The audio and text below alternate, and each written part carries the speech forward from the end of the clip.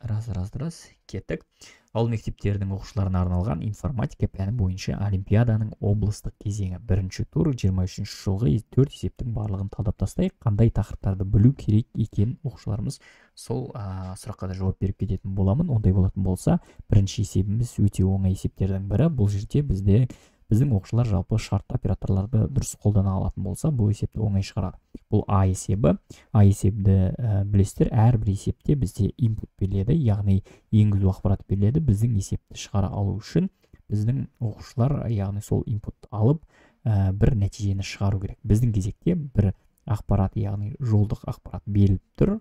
Біздің программа жұмыс істеп болғаннан кейін жолдық ақпаратты шығарып беру керек екен. Жалпы қағаз тас қайшы ойыны, сулифа ойыны барлығымызға белгілі.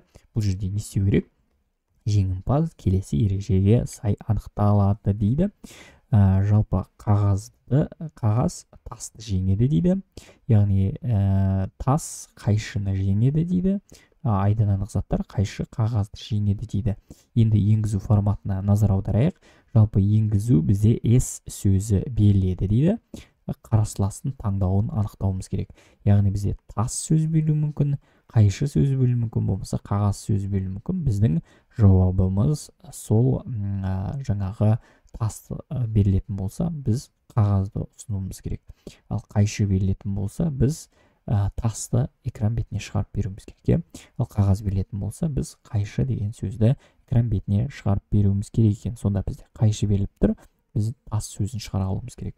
Бұл жерде енді әрбір есеп үшін 100 балл берілетіні айдан анық, оны да ескере кетіңіздер. Потому что бірінші бізде 3-ақ мысал болып тұр. Бірінші мысал үшін, мысалы қайшы тас деген сөзді ғана шығаратын болсаңыздар, мына 100 ұпайдан 30 ұпайын ала алады екенсіздер. Қалған екі тест үшін сіз 35 ұпайдан 75 ұпайыңызды алып, есепті 100%-ға шығара аласыз. Сонда жартылай да шығаруға болады есепті, болмаса толықтай 100% алуға дейін есепті шығаруға мүмкіндігіміз бар екен. Сонда кодымызды қалай дұрыс жазамыз, соншалықты балл аламыз. Енді енгізу форматы түсінікті, шығару форматы түсінікті. Ондай болатын болса, бірінші есептің шешімі былай деп тұр. Біз S-ті қабылдап алдық. Стрип арқылы артық правилдардың барын алып тастадық. Жалпы input арқылы жалпы енгізіп, біз осымен бірден жұмыс істей берсек те болады.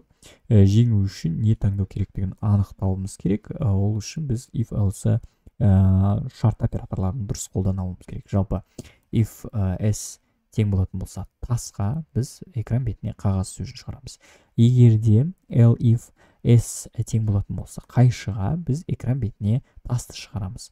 Else деп біз қайшыны шығара салсақ та болады. Бірақ мына жерде тағы да бір условия қоя салған, шарт қоя салған. If s тең болатын болса қағазға, біз экран бетіне қайшыны шығарамыз. Міне осылай біз 3 вариантты да жаза салдық. Сөйтіп 100 баллымызды алдық. Бұл бірінші есеп. А есебі 100 баллдық есеп дейік.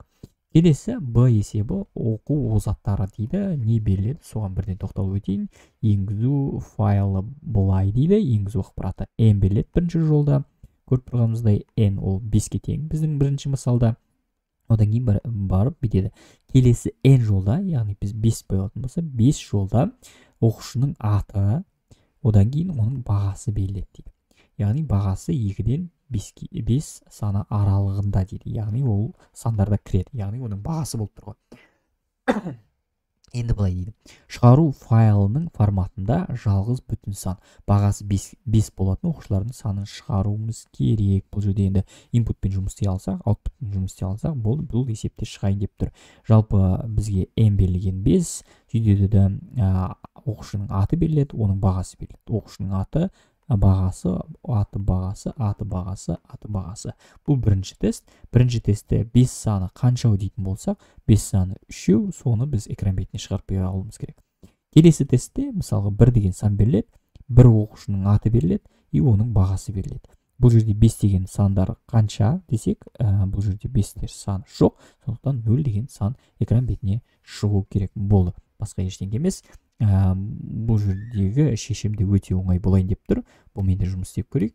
Жалпы біз енгізіп аламыз оқушылардың санын n-ге, одан кейін барып бір айнымалы арнаймыз. Ол айнымалы арқылы біз 5 алған оқушылардың санау процесін орындайтын боламыз. Жалпы әр оқушының аты мен бағасын білу алу үшін қабылдап алу үшін біз цикл қолданамыз. Бұл жерде параметрлі цикл, for циклын білуіміз керек екен. n-ге дейін жүгіреміз, яғни бізде n элемент болатын болса n-ге дейін жүгіреміз. Сөйтеміз де сол циклдың ішінде, мынау бос орынға назар аударамыз, бұл циклдың ішінде орын алып жатқан процесс name және grade деген екі ақпаратты қабылдап жатырмыз. Мына жерде оқушының аты, мына жерде оқушының бағасы. Яғни мен input арқылы қабылдаймын да, бір жолда берілген ақпаратты split арқылы бөліп аламын. Оқушының аты мен бағасын қабылдадым. Сөйтемін да келесі жолда мен grade-ті, яғни оны бағасын санға ауыстыра салсам да болады. Бірден сөйтемді бағаны бүтін санға түрлендірем, өйткені оны санмен салыстырайын деп жатырмын. Ал егерде санмен емес, тек қана бірден символмен салыстырғым келетін болса, мен оны символмен просто қабылдай салатын едім. Мынаның өзі жарап тұратын еді. Енді мына кезекте мен санға ауыстырып алғандықтан мен мынау шартты былай жазамын.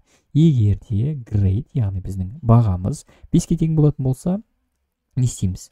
Біздің бестер саны 1-ге артады. Яғни бірінші оқушының, яғни 5 деген бағасы болатын болса, біз оның сан артырып қоямыз. Яғни мынау санау үшін изначально 0 қойып қойдық, соны аламыз да 1-ге өсіріп отырамыз. Каждый раз біздің grade айнымалымыз, яғни баға айнымалымыз 5-ке тең болған сайын біз count of fives, яғни мынау санау үшін арналған айнымалымыз 1-ге өсіп отырады. Сөйтеді де циклымыз біткеннен кейін, тек қана циклымыз біткеннен кейін экран бетіне біз не істейміз? Экран бетіне біз міндетті түрде қанша 5-іміз бар, соны шығаратын боламыз. Енді бұл былай жұмыс істейін деп тұр. Біз айттық жаңа бірнеше енгізулер болайын деп тұр. Сол бірнеше енгізулердің ішінде, мысалға біз бірінші циклда, бірінші итерацияда атын енгіздік, бірінші оқушының оның бағасын енгіздік. Ол 5-ке тең болатын болса ғана біз мынаның санын өсіріп отырамыз. Ал егерде оның атын мүлдем қолданып жатқан жоқпыз, бірақ оны қабылдау керек екенімізді ескереміз. Мына жерде бағасы 4 болып болатын болса, 3 болып болатын болса, 2 болып болатын болса, ол 5-ке тең емес қой. Мынау цикл, мынау шартымыз орындалмайды да, яғни біздің мынау айнымалының мәні 1-ге өспейді ондай жағдайда. Мына шарт орындалған кезде ғана біздің айнымалының мәні 1-ге өседі. Сондықтан тек қана біз 5 алған оқушыларды міне осылай бөліп жарып аламыз. Сөйтеміз де экран бетіне цикл біткеннен кейін ақ, өйткені мынау print циклдың бойында тұр. Циклдың бойында тұр. Сол циклдың бойында біз аламызда экран бетіне қанша 5-іміз бар, соны шығара саламыз. Міне осылай біз өстіп осындай екінші есепті де шығарып тастай алады екенбіз. Енді келесі есепке оралайық. Келесі есебіміз ол С есебі, кішкене күрделірек болайын деп тұр, бірақ та бұл жерде бірақ функцияны білсек болды, бұл есеп бізде шығайын деп тұрған сияқты. Жалпы бұл жерде былай дейді, бізде курс бар, біз курсымыздың бағасын таңдай алуымыз керек, чтобы бізде максимально выгода болу үшін. Қанша клиентке сата алатынымыз олардың сатып ала алатын ақшасына да байланысты болайын деп тұр. Мысалға бізде мына мысалда былай дейді, 5 клиент берілген, 5 клиенттің әрқайсысында әртүрлі ақша бар. Мысалы, мына клиентте 3 деген ақша бар, мынада 7 деген ақша бар. Теңгесі деп қойыпты. Мына жақта 7 теңгесі бар, мына жақта 8 теңгесі бар, мына жақта 5 теңгесі бар, мына жақта 10 теңгесі бар. Енді қараңыздар, бұл жерде максимально выгода алу үшін біздің курстың бағасын қанша деп қойсақ дұрыс болады деген сияқты сұраққа жауап беруіміз керек қой. Жалпы мен 3 деп қоятын болсам, 3 деген курсты барлығы сатып алады, 3 теңгеде тұратын курсты. Мынау да сатып алады, 7 теңгесі бар курс, кісі де сатып алады 3 теңгеден, мына кісі де сатып алады, мына кісі де сатып алады. Яғни бізде 5 кісі 3 теңгеден курсты сатып алады. Сонда 3-ті 5-ке көбейтетін болсақ, яғни біздің курстың бағасы 3 теңгеден болатын болса, біздің выгода 15 теңге болайын деп тұр.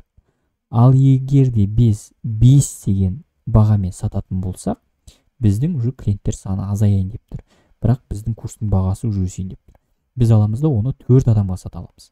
Ол жерде біз 20 деген пайда табамыз. Курсты сатқан кезде 4 адамға сатқан. Өйткені мына 3 деген ақшасы бар, тиыны бар, теңгесі бар. Кісі бұл 5 теңге тұратын курсты сатып аламайды. тура сол сияқты келесі, егер де мен 7 деген теңге қоятын болсам, курстың бағасын, оны қанша адам сатып ала алады? Оны 3 адам сатып ала алады, иә. Мына 7 сатып ала алады, 8 сатып ала алады и 10 сатып ала алады. Сонда үшеуге көбейтем, менің бағам 21 болайын деп тұр. Міне осылай болды. Енді 8-ден сататын болсам, мен курстың бағасын, получается, менде 2 адам сатып алады. Ол мынау 8 сатып алады и 10 сатып алады. Получается, мен оны 2-ге көбейтемін, менде 16 деген пайда түседі. Енді соңғысы 10, ол түсінікті, 10-ды біреуіне ғана сатып алам. Онда менде тек қана пайда 10 теңге болады. Сондықтан менің ең үлкен пайдам бұл жерде, ең үлкен выгода курстарды сатқан кезде 7 теңгеден сататын болсам, 3 клиентке сатады екенмін, и менің пайдам 21 деген экран бетіне шығуы керек. Бұл мысал түсінікті шығар, клиенттер саны беріледі, сөйтеміз де клиенттер саны беріледі, қай жерде? Клиенттер саны беріледі, и олардың жаңағы сатып алатын ақшалары беріледі әрбір клиент үшін. И біз табуымыз керек максималды пайданы, әрбір клиентке сатқан кезде. Енді бұл жерде бұл оп-оңай шешілейін деп тұр. Негізінен ол үшін біз тек қана бір-ақ функцияны қолданып жіберсек болады. Жалпы біз клиенттер санын енгіземіз, оларды бөліп аламыз сплит арқылы, сөйтеміз де айтамыз, жалпы map функциясы арқылы әрбір санды бүтін санға ауыстыр, және де лист, яғни тізім форматын ауыстырып, S айнымалысына сақта. Яғни S-міз бізде тізімге айналады.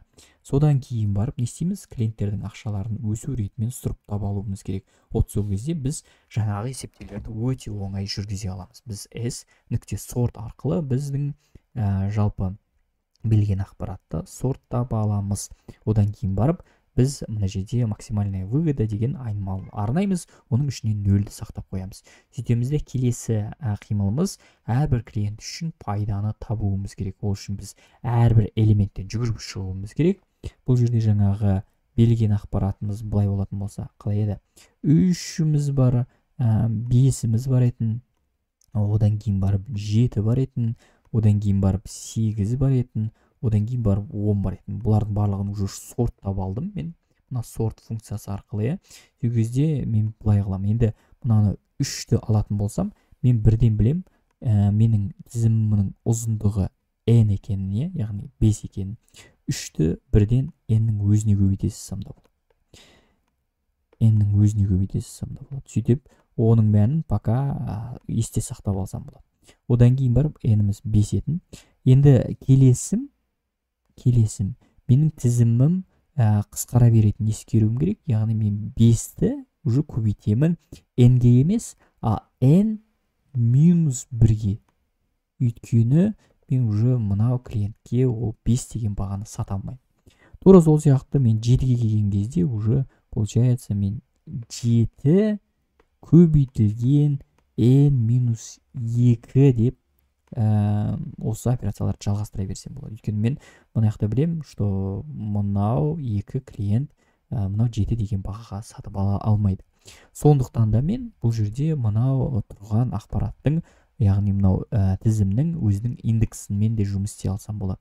Яғни мынау 0-ші орында тұр, мынау 1-ші орында тұр, мынау 2-ші орында тұр, 3-ші орында тұр, мынау 4-ші орында тұр дейтін болсам, мына жерде уже айтып тұр, что мынау 0-ші орында, яғни мен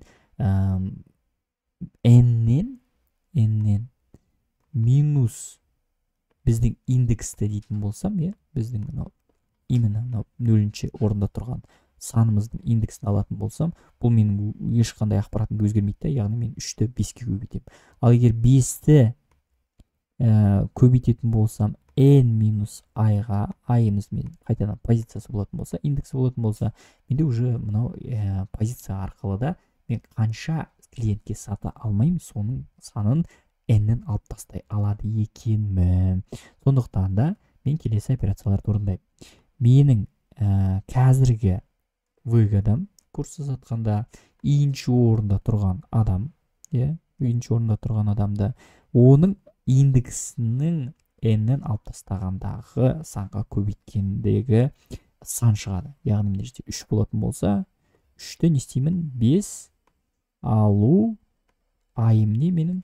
Оның индексі 0. Яғни 3-ті 5-ке көбейтеміз. 15-ті қазіргі осы адам үшін, осы баға үшін, яғни 3 деген баға үшін осындай пайда деп сақтап аламыз.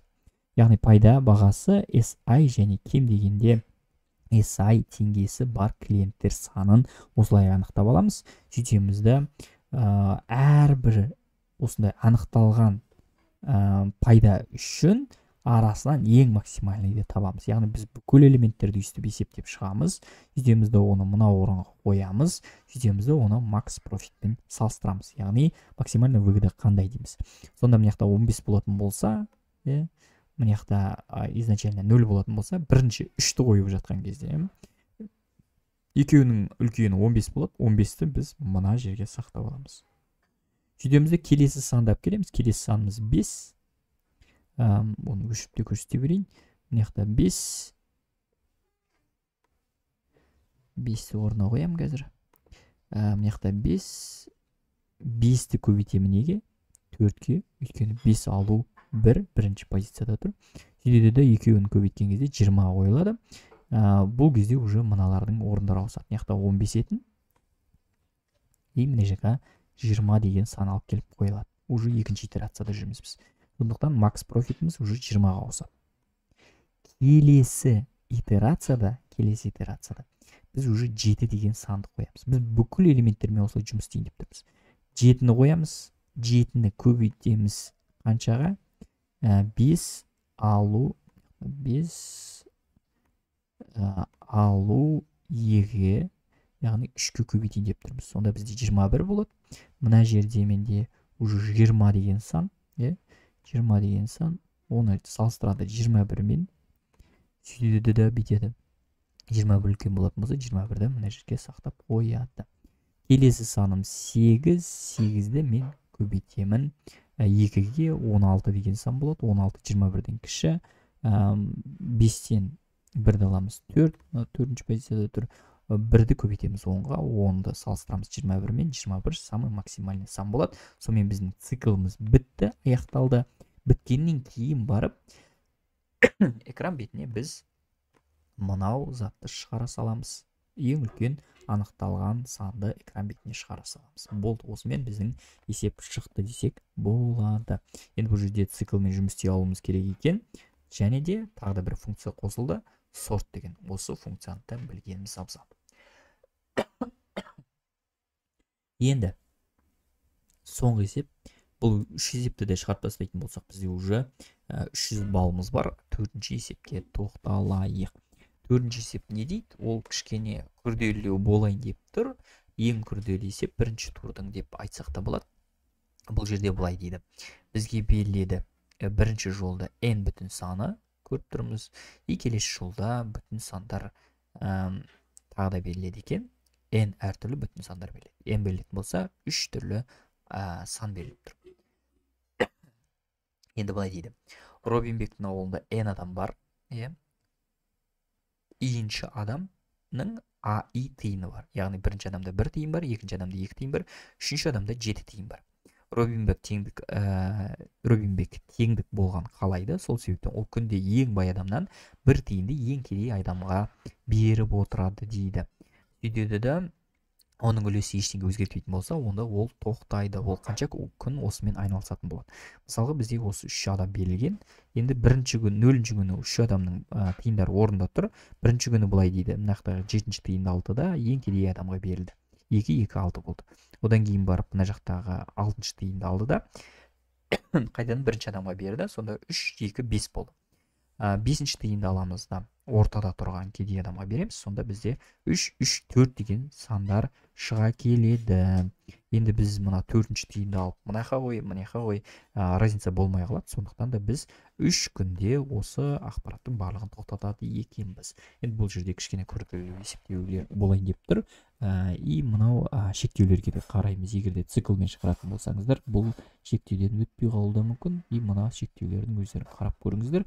Ол үлкен сандар, ол цикл арқылы орындау бізге не выгодно болайын деп тұр. Бұл жерде енді кішігірім динамикалық программалау деп те айтсақ болады.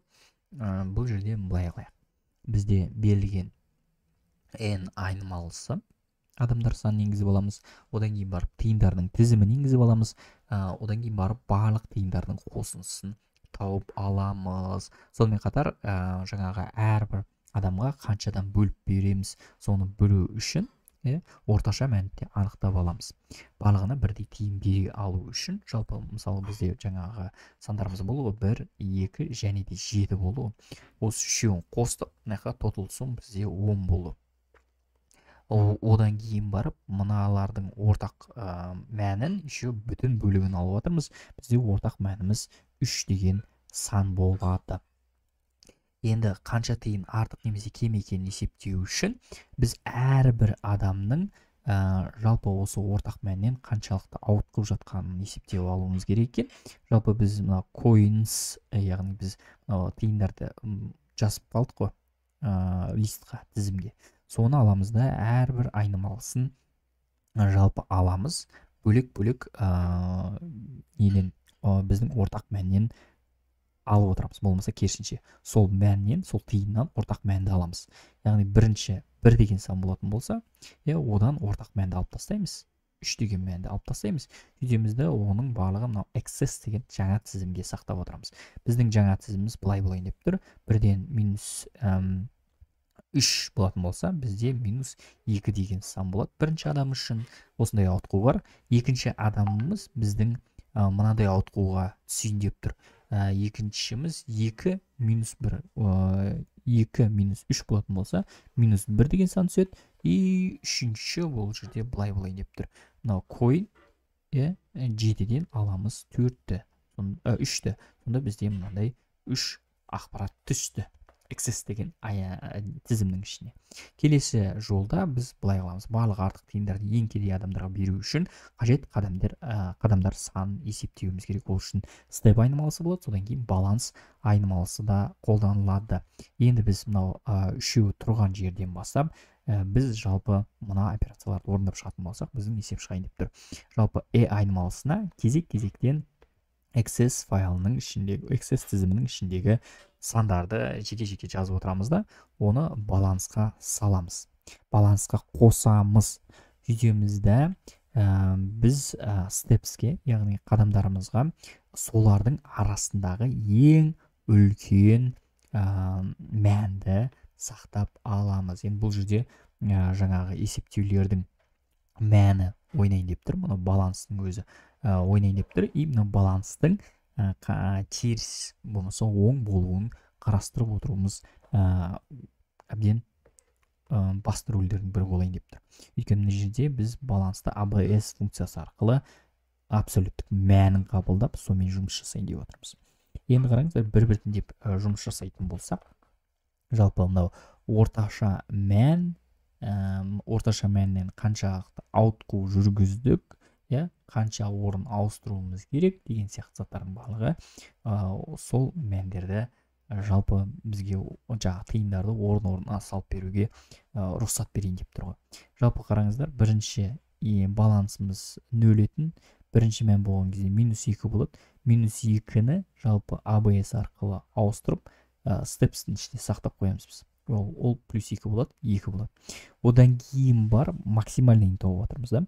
Одан кейін барып келесі қадамда біз мынау мәнді қосамыз -2-ге. Жалпы -2-ге қосу -1-ді, бізде -3 болады. -3-ті ABS арқылы 3-ке ауыстырып аламыз. Сөйтемізді 2-мен салыстырып көреміз. Степстің ішінде 2 бар еді ғой. Сөйтемізді степстің ішіне 3 деген мән сақталынады. Енді келесі қадам не үшін ол жалпы бізге көмектеспейді десеңіздер, бұл жерге мен былай қылам. Мына жерде баланстың ішінде не тұрады? -3 тұретін, -3-ке қосамын 4-ті көріп тұрсыздар ғой. Ондай болатын болса, біздің қадам -1-ге айналып кетеді. Ал -1-ді 1-ге ауыстырып, степспен салыстырып көретін болсақ, біздің 3 деген санымыз, 3 қадамымыз жалпы біздің керекті ауыстырулар саны, тиындарды әрбір ауыстырулар саны болып тұр. Күн сонымен ақ шығып кетейін деп тұр. Содан кейін цикл біткеннен кейін біз экран бетіне степстарды шығарамыз. Сонымен біздің есеп Тәмам. Енді бұл жерде кішкене күрделеу болып тұр. Бұл жерде қандай функцияны қолдандық дейтін болсақ, құрылымдар бұл жерде қолданып тұрғанымыз, кішігірім динамикалық программалау, бұл жерде уже ұшы көрінеді екен төртінші есептердің өзінде, бірақ та мына жерде кішкене логикаға салатын болсақ, мұндай есептерді шығарып тастауға мүмкіндік бар. Жақсы, келесі талдауда кездесерміз.